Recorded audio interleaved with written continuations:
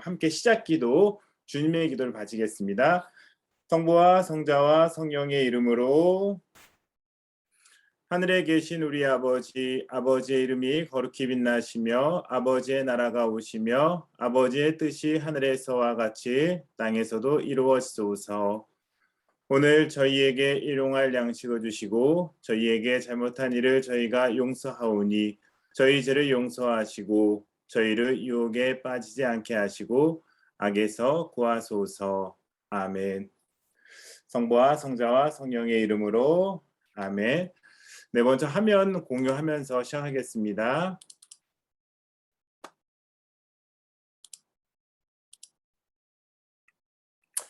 네, 오늘 저희가 함께 나눌 주제는 오늘날 젠더 이데올로기 무엇이 문제인가입니다. 그래서 참으로 어떻게 보면은 예민한 문제이고 또 이것 때문에 우리 사회가 어떻게 보면은 갈등, 분열을 일으키고 있다는 것 아마 언론, 뉴스를 통해서 접했을 것입니다. 그렇다면 과연 이 젠더 이데올로기 무엇이 문제인가에 대해서 오늘 한번, 물론 시간이 많이 부족하지만요, 그래도 주어진 시간 안에서 면밀히 살펴보도록 하겠습니다. 그래서 여러분들,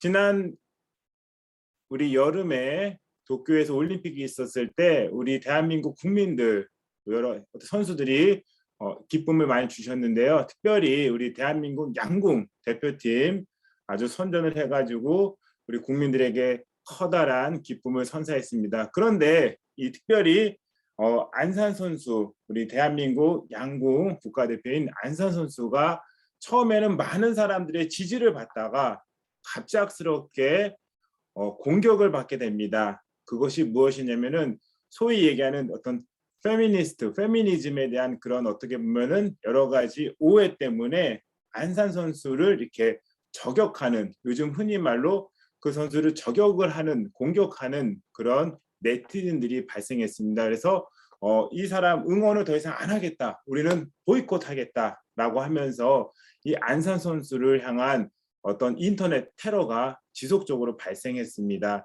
그래서 오죽하면은 결국에는 양궁 협회에서는 안산 선수를 지켜주세요라고 이렇게 하면서 안산 선수에 대한 그 과도한 어떤 비난과 어떤 모욕에 대해서 이렇게 자제할 것을 부탁하였습니다. 그래서 여러분들, 왜 안산 선수가 문제가 되었는지는 이미 뭐 언론을 통해서 접했을 것입니다. 뭐 SNS에서 안산 선수가 사용했던 용어가 흔히 얘기하는 남성들을 비하하는 듯한 그런 발언을 했다라는 그런 오해가 단초가 되어서 흔히 얘기하는 공격을 받는 그런 형국이 되었던 것입니다.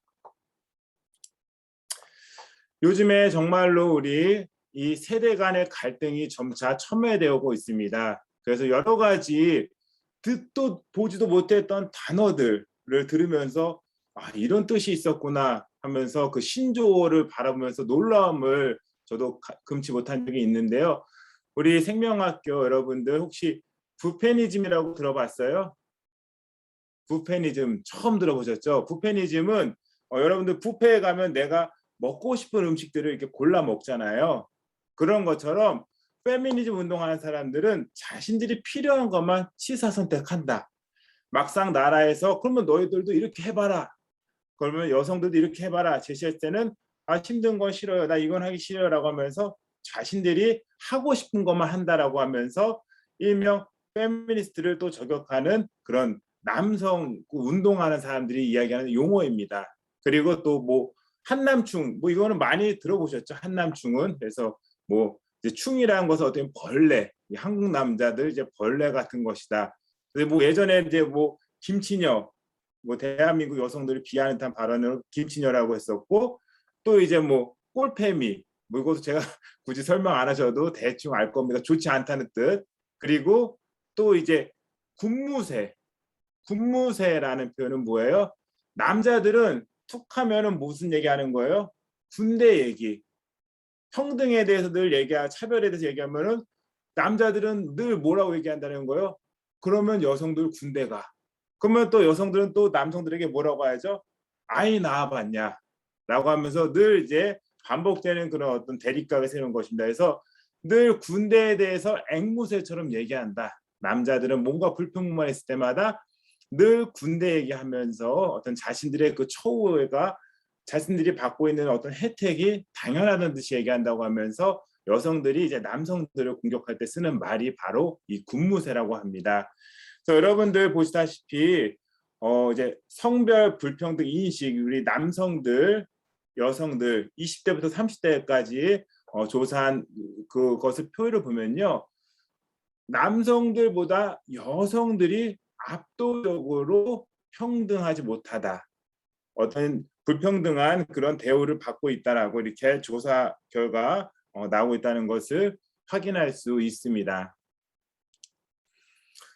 근데 이것이 더 큰 문제가 되는 것은 무엇이냐면은 현재 우리 세대별 이 갈등이 심각한데요. 여러분들 요즘에 뭐 MZ 세대라고 해서 밀레니엄 Z 세대에서 뭐 1996년부터 2006년까지 출생자가 이제 Z 세대라고 하고 이제 밀레니엄도 뭐 요즘에는 정기 후기로 나누는데요. 대충 2000년대 그쯤 이제 출생한 사람들 통틀어서 얘기를 합니다. 그래서 예전에는 보면은 정치적인 이념 갈등이 상당히 심했습니다. 그리고 또 어떤 계층 간의 갈등, 빈부 간의 갈등 등이 우리 사회에 어떻게 보면은 첨예하게 대립되어 있는 그런 갈등의 영역이었다면은 지금 MZ 세대는 이구동성적으로 무엇을 이야기하느냐? 바로 이 젠더 갈등이 정말로 첨예하게 드러나고 있습니다. 그래서 우리 아까도 처음에 서두에도 안내 말씀으로 이렇게 저에게 소개시켜 주셨듯이 우리 어떻게 보면 지금 우리 이 생명학교에 참여하고 있는 우리 참가자분들에게는 조금 속한다고 볼 수는 없지만 어떻게 보면 그 자녀들 그 다음 세대들이 지금 이렇게 심각하게 성별 때문에 갈등을 일으키고 있다는 것을 우리가 어떻게 보면 주목해 볼 필요가 있습니다.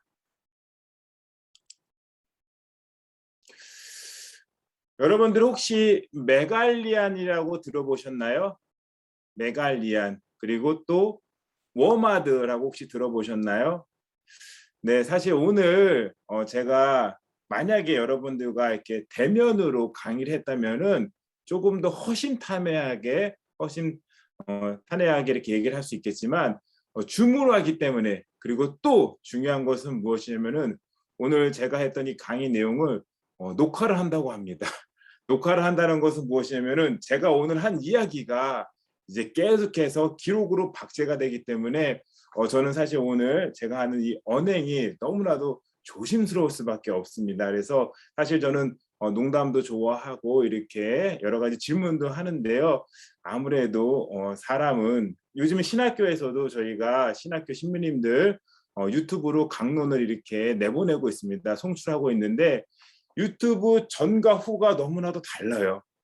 유튜브로 이제 방송하기 전에는 신부님들이 막 농담도 하면서 편하게 이야기하고 강론이 조금 길었습니다.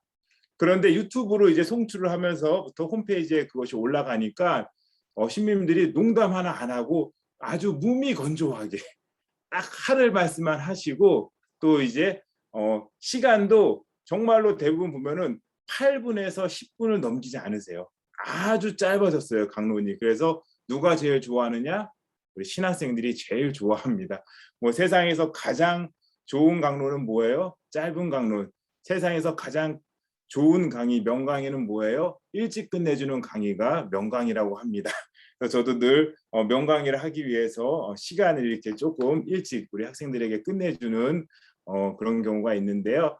다시 이야기로 돌아와서 메갈리안 여러분들 그리고 또 워마드 이제 성체 훼손 논란 때문에 아마 우리 이슈가 됐던 것인데요. 메갈리안에 대한 소개는 간단하게 하면은 여러분들도 이미 다 아시는 내용이겠지만 우리나라에서 어떻게 보면 2015년부터 약 17년까지 이제 운영이 되었던 사이트인데요.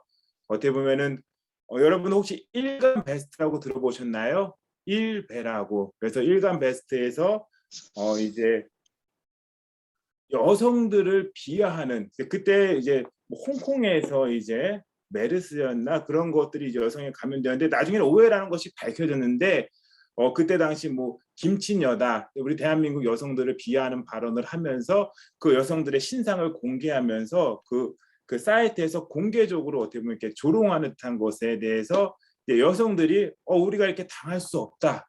그러면서 약간 미러링 사이트처럼 나왔던 것이 바로 이 메갈리안입니다. 그래서 뭐 이갈리안의 딸들 그래서 뭐 나왔다고 이렇게 되어 있는데요. 그 파생된 뭐 언어는 그 이갈리아의 뭐 거기와 뭐 메르스 그 DC 인사이드라는 채널에서 뭐 메르스라는 그 채널에서 독립되어서 메와 그 이갈리안을 합쳐서 메갈리안. 그리고 여러분들이 보시면 주목할 것이 무엇이에요? 이 가운데 있는 손가락. 이 손가락 보이시죠? 네, 이 손가락은 메갈리안 사이트에서는 양성평등, 모두가 평등하다. 그래서 어떻게 보면은 그 수평적인 손가락을 이렇게 보이면서 그것을 하지만 실질적으로는 뭐 이것도 뭐 이런 뭐 확실히 뭐 정설은 아닐 수도 있습니다만 이제 어떻게 보면 메갈리안에 대해서 이렇게 약간 부정적인 얘기를 하는 사람들은 이 메갈리안의 손가락 모양이 바로 대한민국 남성의 성기의 평균 길이가 6.9cm라고 합니다. 그 6.9cm를 약간 어떻게 보면은 그 상징하는 듯한 그런 손가락 모양, 남성들의 그 성기 길이를 약간 어떻게 보면 비하하는 듯한 그런 손가락 모양이라고 합니다. 그러면서 이제 이 메갈리안 같은 경우에는 사실 이제 사이트가 이제 운영이 되지 않습니다. 그렇지만 지금도 여전히 이제 어떻게 보면은 급진적인 어떤 페미니즘 운동을 하는 사람들의 어떤 그런 대명사처럼 이렇게 지금 사용되고 있는 것이에요. 그래서 이 메갈리안에서 또 이제 파생되어서 나온 단어 이제 사이트가 바로 워마드라는 사이트인데요. 이 워마드 같은 경우는 사실 우리가 경악을 금치 못했던 것이 바로 우리 교회를 향해서 어떻게 보면은 끔찍한 그런 행동을 했었죠. 바로 무엇이에요? 성체를 훼손하는 그런 모습들 그리고 그것을 또 이제 어떻게 보면은 당당하게 인증을 하는 그런 사진을 남겨서 어떻게 보면 그때 당시 저는 이제 외국에 있어가지고 아직도 기억이 나는데요. 그때 당시 저의 이제 친했던 이제 한 교수 신부님이 하루는 저를 막 급하게 부르시는 겁니다. 그래서 이제 갇혀있더니 이제 저는 이제 세례명이 요셉인데요. 주세페, 너 혹시 이 소식 봤냐? 이게 뭔 소리냐? 하면서 당신 핸드폰으로 이렇게 저에게 보여주시는 겁니다. 근데 그것이 뭐냐면 이탈리아 당시 그 언론에서 이 성체 훼손 사건을 어떻게 보도한 것이죠. 그래서 이게 어떻게 된 일이냐라고 해서 저도 이렇게 이 워마드라는 사이트가 있고 이것이 어떻게 보면 급진적인 어떤 여성 운동, 페미니즘 운동을 하는 사람들이 소속되어 있는 그런 곳인데 그곳에서 어떻게 보면 카톨릭이 낙태를 어떻게 보면 반대하고 있기 때문에 그들이 어떻게 보면 여성의 어떻게 보면 존엄성, 여성이 해방될 수 있는 가장 중요한 것 중에 하나가 바로 이 낙태와 관련된 것인데 천주교가 늘 앞장서서 그것을 생명을 수호하면서 낙태를 반대하고 있기 때문에 그에 따른 어떤 하나의 공격으로서 이 성체를 어떻게 보면 훼손하는 그런 어떤 모습을 보인 것이다라고 해서 이런 그 설명을 했습니다. 그래서 여러분들 이 남성 혐오 커뮤니티인 이 워마드, 우먼 노마드가 합쳐져 가지고 뭐 이렇게 유목하는 여성이라는 뭐 뜻입니다. 그래서 이 워마드에 대한 것은 뭐 다시 자세하게 뭐 설명할 시간 없고요. 대충 이런 사건들이 있었다는 것 여러분들도 접하셨죠? 제 기억으로 아마 2018년인가 9년 정 2018년 정도쯤에 아마 이 사건이 있어서 성당들이 이제 어떻게 보면 문도 이제 잠시 걸어 잠궜었던 일이 있었죠. 왜냐면은 성경책도 막 훼손시키고 막 그 제대를 막 이렇게 좀 훼손하는 일도 있어가지고 조금 그런 불미스러운 일을 막기 위해서 미연에 방지하기 위해서 이렇게 성당 문을 잠시 걸어 잠궜던 적이 있습니다. 여러분들 약간 어떤 급진적인 페미니즘 운동을 하는 사람들이 출판했던 책의 내용이라고 합니다. 남자애들은 콕딱지나 하고 머리에는 이가 득실득실하지. 그리고 여자들은 달콤하고 향긋하고 모든 좋은 것들로 만들어졌지. 좀 어떻게 보면은 여러분들도 사실은 오늘 대부분 참석자들이 여성인데요. 이 내용에 공감하시나요? 맞는 얘기인가요?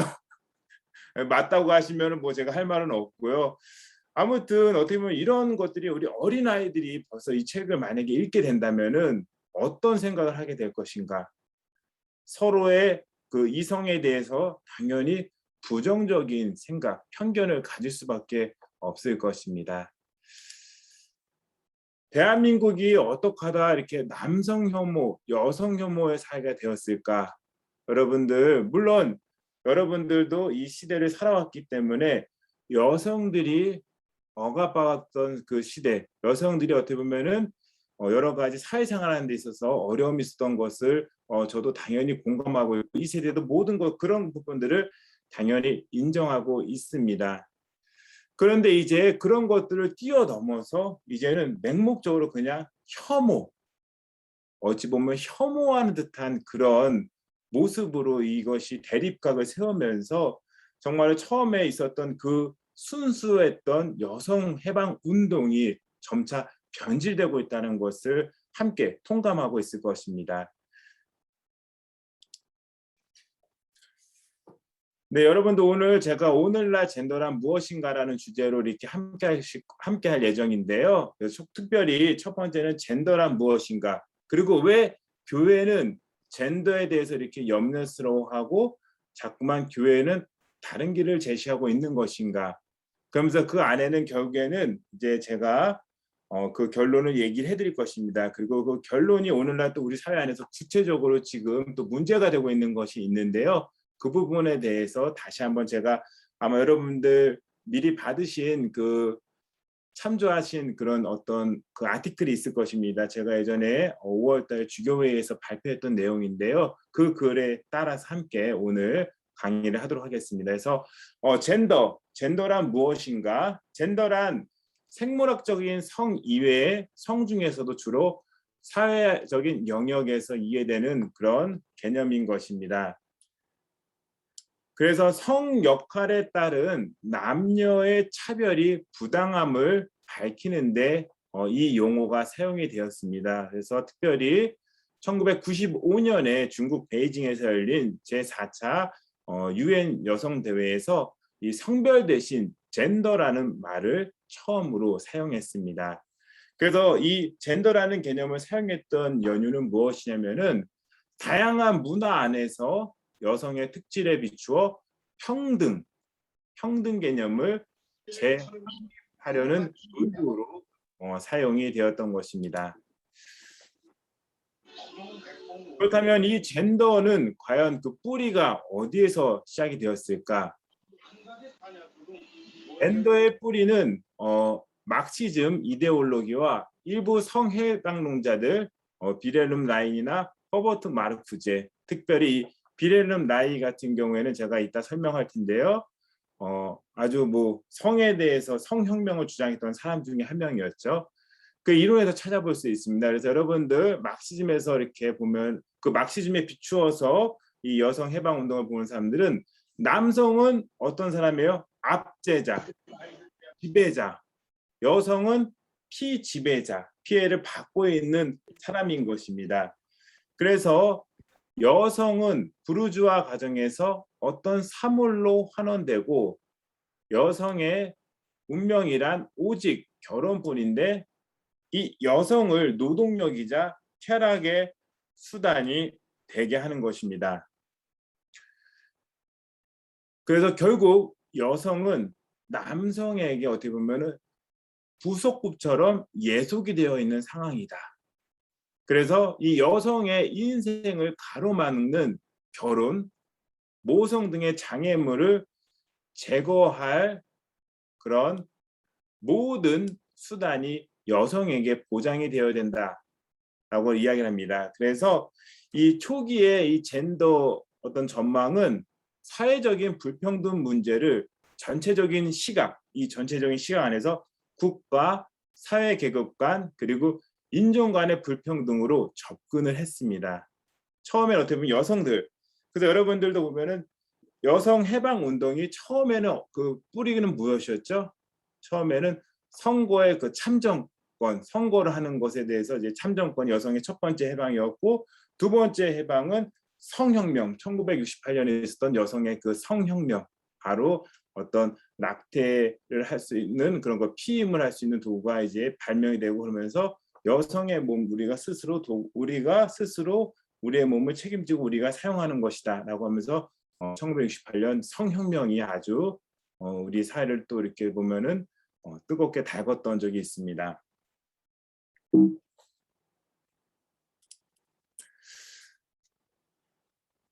성이란 자신을 위한 활력이기 때문에 쾌락을 두려워하도록 가르쳐 성을 억압한다면은 그것은 억압 그 자체이다.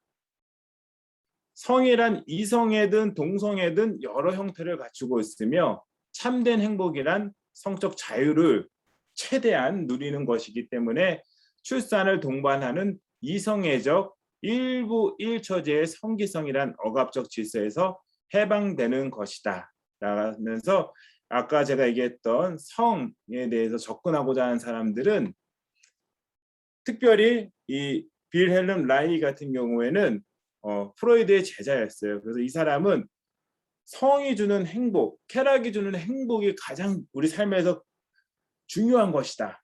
그러면서 사실 이것을 그 당시 억압하는 곳은 바로 어디예요? 교회다. 교회다. 그래서 이 사람은 일명 오르가즘, 우리가 지금 알고 있는 그 단어, 오르가즘의 중요성, 오르가즘을 어떻게 보면 주장했던 사람입니다. 우리 삶의 가장 큰 기쁨의 그리고 행복의 원천은 바로 성이 주는 오르가즘이다. 그러면서 이 결국에는 물론 빌헬름 라이 같은 경우에는 이 이성 간의 그것을 또 국한되게 봤지만, 아까 전 마르쿠제 같은 경우는 더 넓게 해석을 합니다. 그래서 결국에는 동성까지도 가능하다. 그러면서 일부 일처제에 꼭 머물러 있는다는 것도 아니다라고 하면서 성에 대해서 어떻게 보면 개방된 사고로 나아가야 된다라고 이야기를 합니다. 그러면서 마치 출산, 여성들의 그 결혼과 출산이 이 진정한 여성의 해방을 올가매는 어떤 하나의 장애물로서 이야기를 하는 것입니다. 그래서 여러분들 이 사람이 바로 그 빌헬름 라이라는 사람인데요. 이렇게 이야기를 합니다. 성 에너지는 인간의 느낌과 생각의 구조를 형성하는 심리학적 장치에 동력을 주는 생물학적 에너지다. 성은 간단히 말해서 생산적 생명 에너지 그 자체다. 그것을 억제하면 의학적 손상을 초래할 뿐만이 아니라 일반적으로 생명의 기본 기능에 손상을 준다. 이 손상이 사회적으로 나타나는 본질적 표현은 사람들이 저지르는 여러 가지 의미 없는 행동이다. 미친 짓, 신비주의, 툭하면 전쟁을 일으키는 경향 등이 그것이다. 인생 행복의 핵심은 성적 행복이다. 그러면서 이 성혁명을 주장하는 사람들은 그것이 인격체가 인간적 발전과 자유 그리고 행복으로 진입하기 위한 관문이라고 말하였습니다. 이러한 혁명의 선구자로 자처했던 프로이드의 제자 빌헬름 라이는 가부장적 그리스도교 가정이 덮어씌운 한계를 넘어서 자유롭게 추구하는 이 성적 쾌락이 인간을 아주 건강과 행복으로 인도할 것이라고 굳게 믿었습니다. 나아가 정신 이상이나 신비주의, 전쟁도 예방할 것이라고 이야기했습니다. 여러분들 방금 얘기했던 이 빌헬름 라이의 어떤 주장에 대해서 공감하시나요? 성이 주는 것이 우리 인간의 참된 행복이다. 아까도 제가 얘기했던 1968년에 있었던 성혁명의 핵심 요소는 효과적인 피임 기법의 발명과 그 일반적인 이용이었습니다. 그러면서 이 가족 계획 협회 설립자인 마가렛 생어는 여성이 성적 노예 상태에 대항하여 반란을 일으켜야 한다고 주장하였습니다. 자기 몸을 소유하고 통제하지 않는 여성은 자신을 자유롭게 할 수 없기 때문이라고 이야기합니다.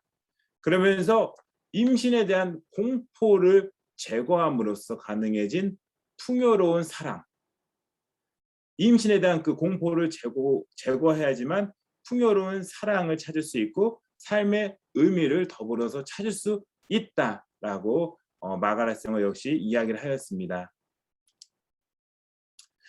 이 사진이 바로 1968년에 있었던 성혁명 당시 어떤 가두행진하는 모습인데요. 여러분들 방금 이야기했던 여러 가지 그런 주장들, 특별히 성혁명을 통한 여성의 해방을 주장했던 초창기 페미니즘의 그 이야기들, 과연 이것이 지상낙원에 이르는 유일한 길인 것인가? 그리고 인간 행복의 핵심이 과연 성인 것인가? 그리고 과연 이 성해방, 피임 도구의 사용과 낙태가 여성에게 진정한 자유를 주었는가? 오히려 오랜 시간이 지났죠. 그리고 당시 여러분들도 알다시피 바오루스의 교황님께서 우만의 빗대를 회칙, 인간 생명 회칙을 발표하셨는데 그때 당시 많은 사람들이 실망하고 교회를 떠났다고 합니다. 당연히 교회에서 어떻게 보면 피임 도구를 사용하는 것을 허락할 줄 알았는데 교회는 그것에 대해서 다시 한번 단호한 입장을 표명하였죠. 그러면서 어떻게 보면은 계속해서 이 성혁명이 발전돼서 뭐 히피 문화가 또 발달했고 여러 가지 그런 여러 문화들이 파생이 되었는데요. 지금 벌써 거의 50년이라는 시간이 넘게 흘렀는데 여러분들 이제 피임 도구를 자유롭게 사용하는 이 시대에서 과연 여성이 진정으로 해방하는 자유를 느끼고 있는 것인지, 제가 이제 그 이탈리아에 있을 때 인간 생명 회칙 그 반포 50주년 기념 여러 가지 세미나가 한창 그때 열렸습니다. 근데도 그때도 이제 보면은 수많은 여성 이제 신학자분들이 참가하셔서 이야기를 하셨는데 그 신학자분들이 하셨던 공통된 말씀이 무엇이었느냐? 여성이 과연 진정으로 자유를 느끼게 되었느냐? 본인은 그렇게 생각하지 않는다. 오히려 이런 피임 도구의 발달로 인해서 남성들이 더 여성을 사용하거나 소비하는 존재, 어떤 즐김의 대상물로 이렇게 심화되었다고 이렇게 말씀하셨던 적이 있습니다. 저도 사실 그 이야기에 많이 공감하게 되었는데요. 우리가 알다시피 이 오늘날 젠더 개념은 우리 사회에 깊숙이 들어와 있습니다. 그래서 여러분들 양성평등기본법 그리고 여성가족부 등 국가정책이나 공공기관의 다양한 방면에서 우리말 표현으로 뭐 직접적으로 뭐 젠더라는 것을 드러나지 않을 뿐 이미 이 젠더 개념을 사용하고 있습니다. 젠더는 물론 인문학 등의 영역에서 남녀의 성별 차이가 삶으로 나타내는 방식을 이해하는 데는 도움을 줄 수 있습니다. 그러나 젠더 이론은 남녀 차별을 막는 데 그치지 않고 생물학적 성의 차이조차도 근본적으로 무시하는 젠더 이데올로기에 이용이 되고 있습니다. 이것이 바로 문제인 것이죠. 우리가 알다시피 어떤 양성에 대한 이 평등, 이 양성 평등에 대해서 우리가 어떻게 보면 당연히 차별을 있어서는 안 되죠. 그렇지만 그렇다고 해서 남자와 여자의 그 차이를 서로 존중하고 인정하지 않는다면 그건 역시 깊은 문제가 발생할 수 있습니다. 그 문제가 무엇이냐? 그것은 다음에 제가 이야기하도록 하겠습니다. 그래서 여러분들 보면은 요즘에 양성평등 기본법이라 들어보셨죠? 이 양성평등 기본법도 어느 순간 양자가 빠졌어요. 성평등으로 바뀌고 있어요. 그럼 무엇이 문제느냐? 벌써 이 양성이라는 표현은 뭐가 되고 있죠? 남성과 여성이라는 것이 이미 함축적으로 표현되어 있는 것입니다. 그렇지만 양자라는 것을 이 젠더 이데올로기 주장하는 사람들이 교묘하게 빼버리면서 성평등. 그렇다면 이 양성은 남자 여자의 어떤 평등 문제 때문에 성평등도 또 다른 차원의 얘기가 되는 것이에요. 바로 뭐 다양한 또 다른 성들, 동성에 대해서도 이제 어떻게 보면은 이야기할 수 있는 것이고, 뭐 트랜스젠더에 대한 문제들, 그런 다양한 성들이 어떻게 보면 또 다른 문제로 이렇게 불거질 수 있는 것을 하나 열어놓는 그런 표현이 되는 것입니다. 그래서 여러분들 양성평등과 성평등은 다른 차원의 이야기다라는 것도 꼭 숙지해 주시기 바라겠습니다. 젠더 이데올로기의 위험성, 저희가 지금까지 이제 길게 이제 서론을 끌고 왔는데요. 그렇다면 구체적으로 무엇이 위험하고 문제인 것이냐? 우리 카톨릭 교회는 젠더 이데올로기에 관해서 꾸준히 우려를 표명했습니다. 왜냐하면은 오늘 제가 여러분들 하나만 기억하시면 돼요. 젠더 이데올로기가 바로 가정의 기초를 파괴하고 있기 때문입니다. 가정의 기초. 어떻게 보면 아니 신부님 남자 여자 차별받고 평등받고 있는 이 사회에서 그런 것들 주장하는 것이 맞는데 왜 교회는 이렇게 자꾸만 반대합니까? 교회가 반대하는 이유는 이 젠더 이데올로기로 인해서 가정의 기초가 파괴될 수 있기 때문에 그것을 우려하는 것입니다. 젠더 이데올로기에서 젠더는 더 이상 성의 한 측면만을 말하지 않습니다. 젠더 이데올로기는 젠더만이 성이며 사회적으로 형성되는 젠더라는 성은 개인의 선택으로 결정할 수 있음을 내세우는 것입니다. 그래서 여기서 육체적인 성은 완전히 무시되는 것이고요. 우리 사회가 그리고 우리 교회가 전통적으로 이야기했던 가정은 바로 무엇이에요? 남자와 여자가 만나서 결혼을 하여서 가정을 이루는 것, 그리고 또 그 안에서 출산을 하여서 또 사회에 또 이바지하는 것이라는 거 아마 알고 있을 것입니다. 그리고 교회는 더 나아가서 또 복음화를 하는 것이라고 아마 공부하셨을 것입니다. 근데 이제 이 젠더 이데올로기에 의해서 가정이 무너질 수 있다는 것입니다. 육체는 개인이 선택한 성에 따라 언제든지 바꿀 수 있는 도구로 전락할 수 있습니다. 이런 생각은 성전환이나 동성 간의 결혼도 정당화시키는 것입니다.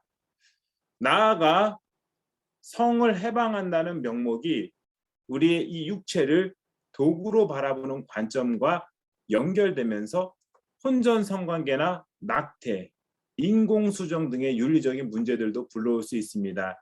그래서 아까도 제가 이 페미니즘과 물론 젠더 이데올로기 어떻게 보면 그 뿌리가 같다고 할 수 있는데요. 아까도 얘기했듯이 이 젠더의 뿌리를 바라봤을 때 어떤 막시즘의 이데올로기라든지 성 그 해방과 관련된 운동했던 것에 그 근간 뿌리를 두고 있다는 걸 설명했습니다. 그래서 아까도 보면은 특별히 성혁명 같은 경우에는 인간의 어떤 내가 쾌락을 느끼는 것이 진정한 행복이요 자유다. 그렇기 때문에 나를 구속하는 여러 가지 장애물들을 제거해야 된다.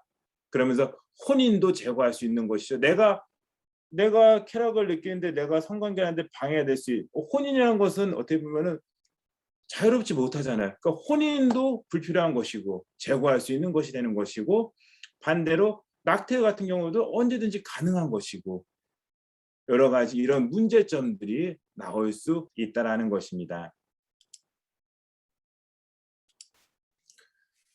교황청 카톨릭 교육성에서는 하느님께서 남자와 여자로 그들을 창조하셨다라는 것을 이제 발표하였고 여러분들 잘 아시다시피 교황님께서도 사랑의 기쁨을 반포하시면서 이 젠더 갈등, 젠더 이데올로기에 대해서 이렇게 어떻게 보면은 좀 염려스러움, 조금 걱정되는 그런 것에 대해서 이야기를 했습니다. 그래서 특별히 교황청 카톨릭 교육성에서 발표한 이 내용도 여러분들 꼭 한번 읽어보시면 좋을 것 같습니다. 그래서 제목도 요한 바로 2세 교황님께서 이제 우리가 흔히 이야기하는 그 몸의 신학의 책 제목이 하느님께서 그들을 남자와 여자로 창조하셨다라는 것인데요.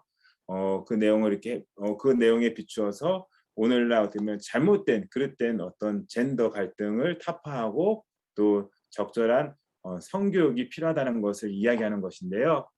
성별 차이에 대한 잘못된 해석을 타파하기는커녕 성별 차이를 개인의 발전과 인간관계가 무관한 것으로 만드는 절차와 관행을 제한함으로써 단순히 성별 차이를 없애는 것이다 라고 지적을 합니다.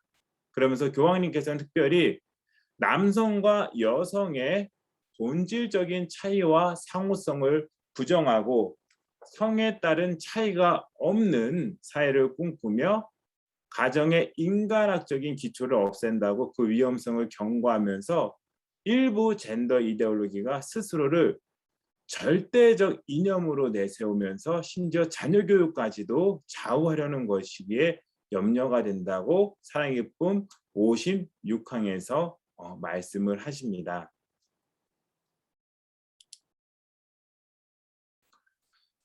생물학적인 성 자체를 인정하지 않으려는 태도는 성 정체성을 무너뜨리고 남녀의 고유한 창조 질서를 무시하는 것입니다.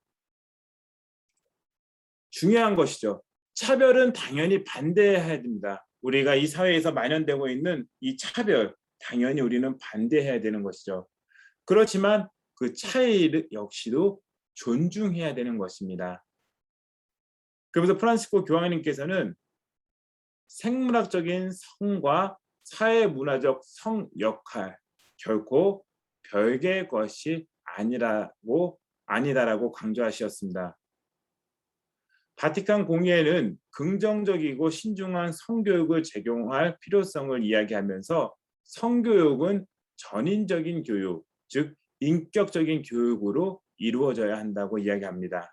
바로 우리 참교육은 인간의 궁극 목적과 더불어 사회의 선익을 지향하는 인격 형성을 추구해야 된다는 것입니다.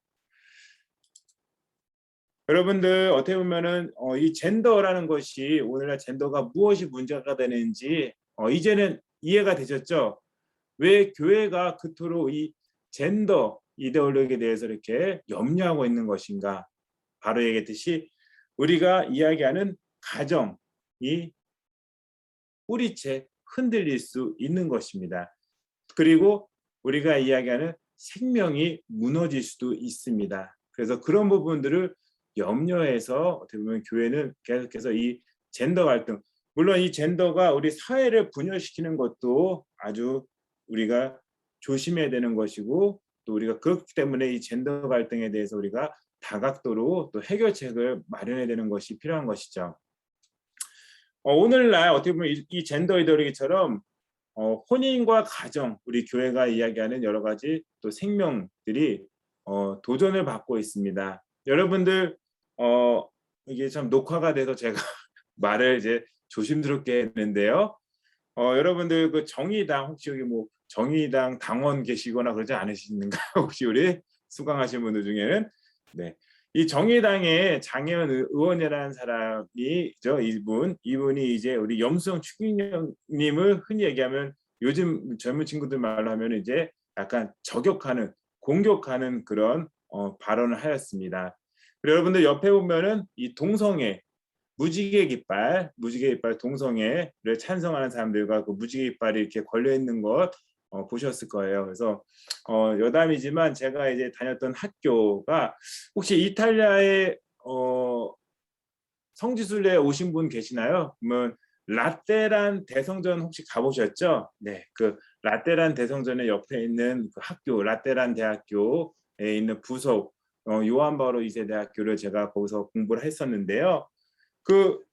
저 같은 경우에는 좀 기숙사 집이 멀어가지고 이제 걸어 이제 버스도 타고 그 흔히 얘기하는 그 이탈리아나 말로 트람이라고 하죠. 트램 전차도 타고 이렇게 다녔습니다.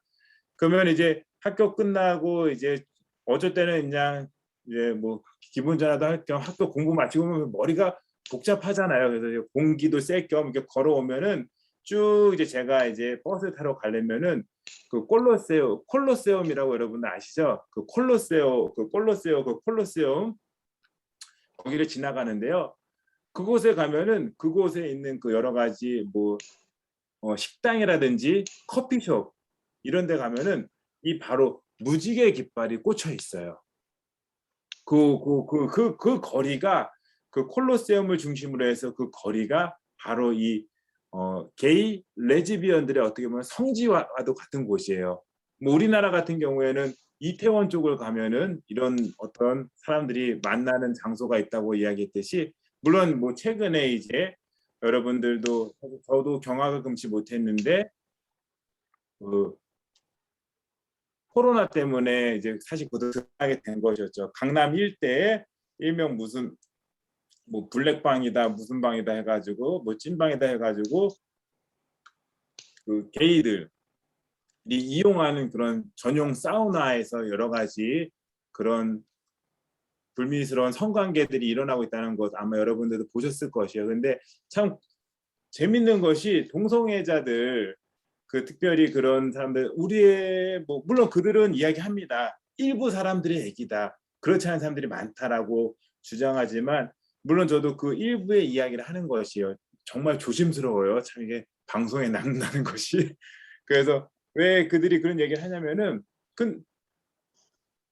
그 여러분들도 그 언론을 통해서 보셨겠지만 거기서 그들도 보면은 얼굴 따집니다. 잘생겼는지. 또 그리고 나이도 제한합니다. 뭐 그때 당시 보면은 뭐 30대, 20대, 30대까지만 딱 서로 만남을 주선하고 그 이상은 안 되고. 그러니까 외모 보죠, 나이 보죠, 여러 가지 그런 걸 하면서 그 자체가 차별이면서 왜 본인들이 사회에서 차별을 받고 있다는 것을 또 이렇게 강하게 이야기하느냐라고 하는 그런 댓글들과 또 반대편의 주장을 저도 본 적이 있는데요. 여러분들 우리 사회 안에서 지금 우리가 기본적으로 알고 있었던 그 가치관들이 흔들리면서 도전을 받고 있다는 것입니다.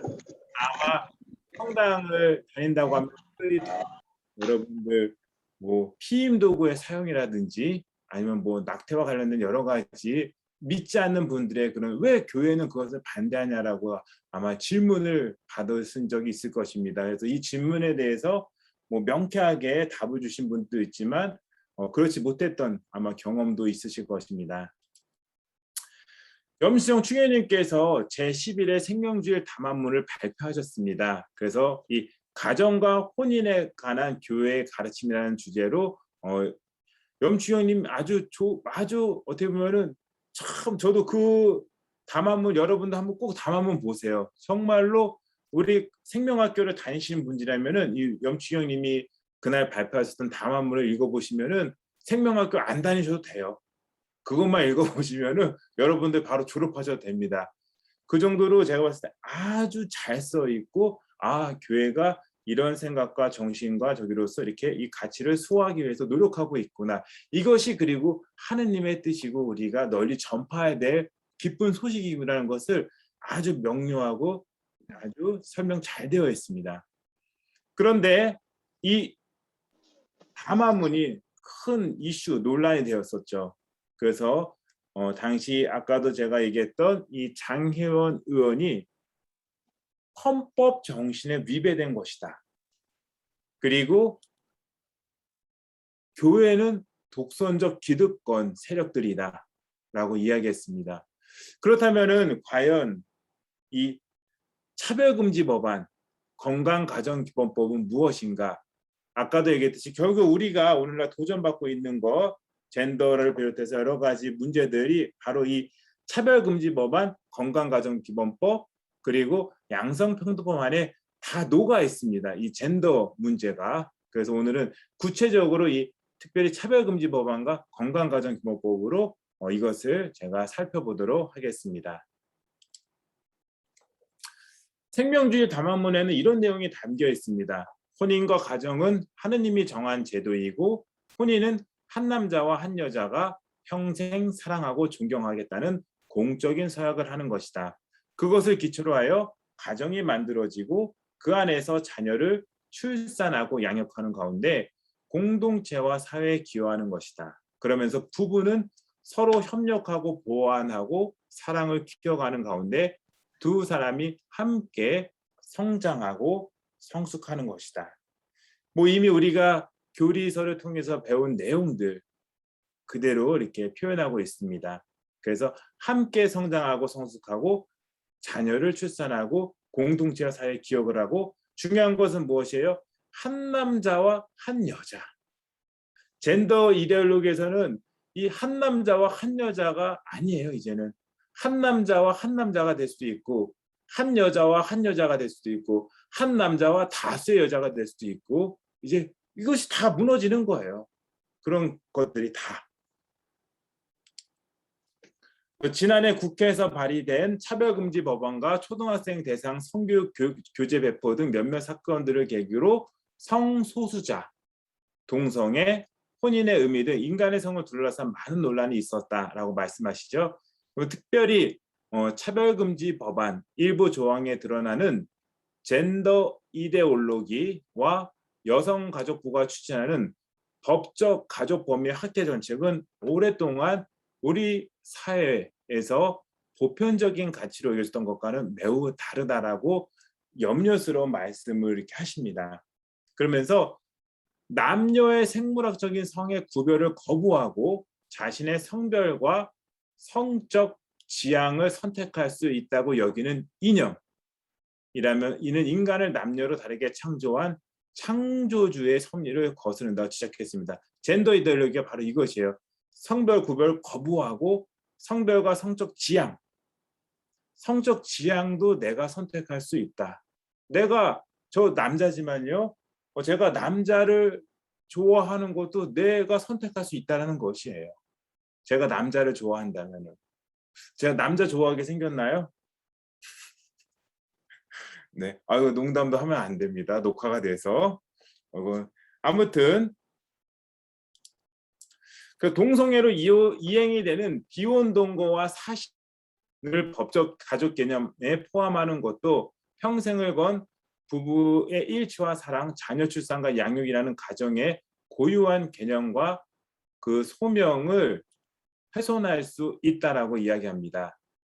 동성애 행위에는 참된 일치와 생명 출산, 남녀 간의 상호 보완성이라는 의미가 가치가 빠져 있으며 동성혼을 사회적 법적으로 인정한다면 혼인이 지닌 고유한 의미는 훼손되고 공동선에 기여하는 혼인의 가치는 사라질 것이다라고 이야기합니다. 그러면서 성적 지향이나 성별 정체성 등을 이유로 부당한 차별이나 폭력적인 언사, 행동을 당해서는 안 되지만 이러한 인간 존엄성에 근거한 부당한 차별 반대를 동성혼 등을 용인한 것으로 오해해서는 안 됩니다.